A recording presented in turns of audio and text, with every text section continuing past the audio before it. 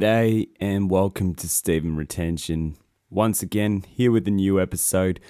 Look, today things are going to be a little bit different. I've got a new setup. I'm still trying to get my head around it. I just was having some issues with the audio quality last time, but let's not dwell on that. That's my business. So today I want to talk about semen retention and how it relates to having an industrial mind and an organic heart. So, an industrial mind meaning like it's mechanical, it's made of parts, it relies on maintenance, service, continuously being operated, you know. Whereas an organic heart is something that is spontaneous, free will, lives in the moment. Semen retention puts you into this kind of time. It puts you into a place where I guess you might think to yourself, I feel like doing this right now. And that's what you do. So maybe you change your schedule up a bit. But at the same time, when you do have things that you need to do, you're focused and you're honing in like a lightning bolt. At the moment, I've been doing a lot of boring kind of business stuff like I guess it's a good thing that, on semen retention, I've managed to increase my income and have to register myself for, GST and get up all my kind of finances and organize all that kind of stuff in place. But at the same time, it's monotonous. However, you know what? Part of maturing, part of being an adult is understanding that, some of these things just are annoying. And you're just going to have to deal with it. And that's just the reality that, we all have to kind of deal with. So what I've been doing is I've been studying. I've been not really prioritizing videos because, I was prioritizing videos, but then I had some issues with my cables and stuff. So I couldn't end up doing that kind of stuff. But I shifted my prioritization I shifted my priorities towards educating myself into the system that we inhabit, because we can't break out of the system. We can't really overly, protest against it and hope that things are going to change and all that kind of stuff. That's all wishful thinking. But one of the good things about semen retention is that we adapt to the environment that we're in. We understand how to just accept the laws of nature, we accept the laws of the matrix, and we figure out how to manipulate that into our own favor. And there's nothing wrong with manipulating things into your own favor, as long as you're doing it from a place of, goodwill, you're not doing it to hurt other people, that's fine. But at the end of the day, when you are depleted, when you're a kuma, when you're, empty and all that, you're not going to find it easy to educate yourself on the game. Now, a lot of people in the ages of 20s and early 30s and stuff, they waste a lot of time on the attraction of females. I've been there, I've done that. And trust me, I'm finding the whole game of the Matrix more entertaining within itself, and understanding that even people within my day-to-day life are still agents, they're energy vampires, they're, gang stalkers, NPCs, all that kind of stuff. These kind of things are all little systems and I guess you could say occupants within this matrix game that we're playing. So it's important that we go forward and understand using semen retention that we can see these games being played. We see these functions, we see the gears within the operation, we see the gears within the machine. We understand that cog's going to turn that cog over there and that lever is going to cause that action to take place. When you see the architecture rather than the event, we are putting ourselves in a really good position. And that doesn't mean like just being like, aware of the matrix is going to put you in a good position. But also, I think financially it's going to put you in a good position. If you can understand the mechanics of tax, GST, or whatever the equivalent is in America and other territories. Basically, if you can understand the mechanics of this system, you can find a way that will work for you, and you're not necessarily breaking the law. You're not doing any law breaking. You're just understanding the mechanics of the system, and you're manipulating things into your favor, and manipulation that is legal, So I find this really interesting. So that's where that kind of industrial mind comes in with semen retention, because we like to become logical. I've made it a daily habit to do things like Sudoku, just doing one of those things. I write down the date, I write down my time, how long it took me to take, and I notice the ebbs and flows of progression. And I like keeping track of things. I like keeping track of, how long did it take me to do this Sudoku on that day? Oh, okay. Wonder why it took me nearly twice as long, whereas my personal best last week was only this amount of time. And then you start to realize that, we aren't just these robotic beings. Sometimes there's a bit more of an emotional thing happening or a spiritual thing happening. Sometimes our brain is just not active as we want it. Maybe we did Sudoku late in the night. Maybe we did it in the morning when the night before we got to bed and was interrupted sleep. So there's all these variables and factors that come into play. So that's one thing that I've learned about semen retention as well, is that you're going to have these really big personal best moments, or these record-breaking moments, or these high achievement things. But you need to be ready for all those moments where you're not going to hit those milestones, when you're not going to achieve anything, when you're going to go set back a little bit. And this is just part of the journey. I've said this before on my channel, that semen retention journey is kind of like a business on a stock, analysis chart. It goes up and down. There's dips, there's, spikes, there's, bear runs, there's bull runs, all that kind of stuff. So I guess what I really wanted to kind of come back on this channel and talk about things is because I've been having a lot of time to contemplate. And on this issue of, I guess you could say, using your brain to its maximum capacity, I think we can only get to the maximum capacity on semen retention. And you'll find that there's joy within exercising your intellect to its fullest ability. I think that's why I became a musician, is because it's like problem solving that sounds good. Problem solving that's entertaining. It's problem solving that can heighten my vibration. In fact, I think that I think mathematics in most ways can heighten your vibration. I think mathematics is a way of allowing people to strive intellectually, and I think that's a good thing. I have been a little bit slack in regards to working out recently, because last week I just had a full-on week with gigs. I earned a lot of money on gigs, and I just my priorities shifted. This is another one of those things about semen retention, is that your priorities are going to shift. In life in general, your priorities are going to shift. You gotta navigate through these kind of these times.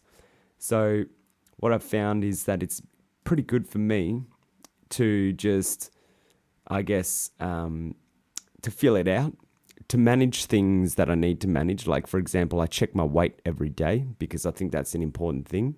I maintain a healthy vegetarian, diet.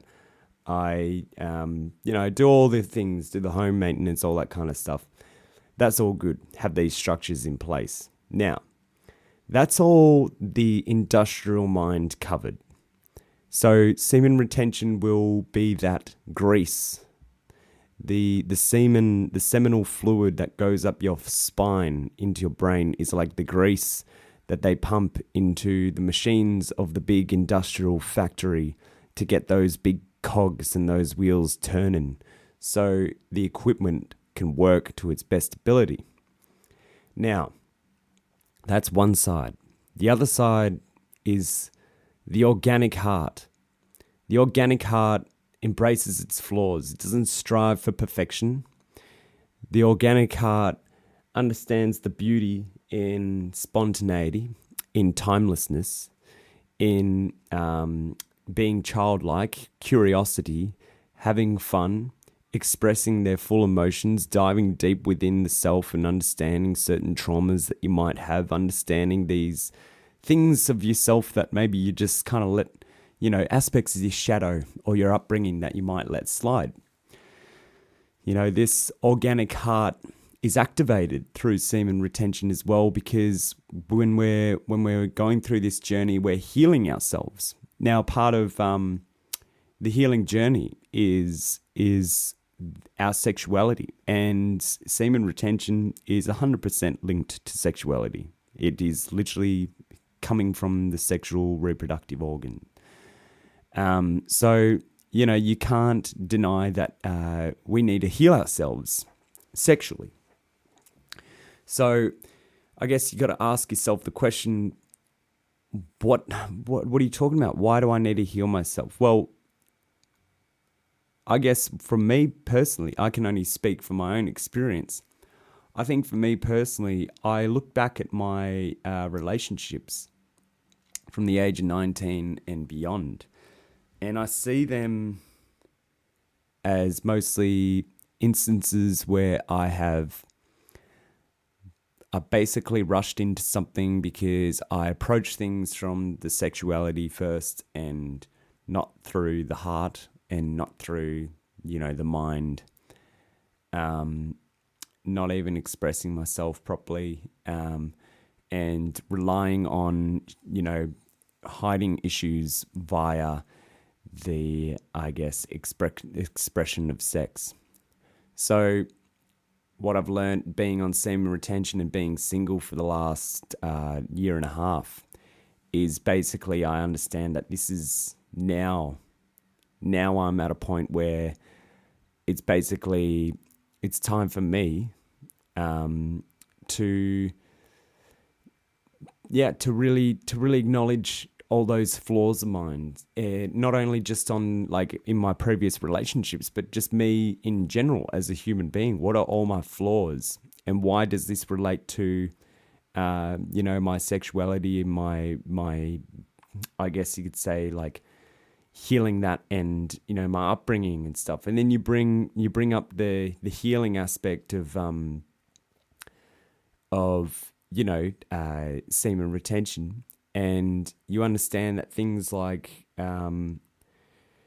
maybe things that happen when you're a kid, how were you treated by parents, by your friends? Were there moments of betrayal in your upbringing and all that kind of stuff? And you think about those moments. And I think it's really important, and this is where that kind of organic heart comes into place, is that you understand that you've got your own unique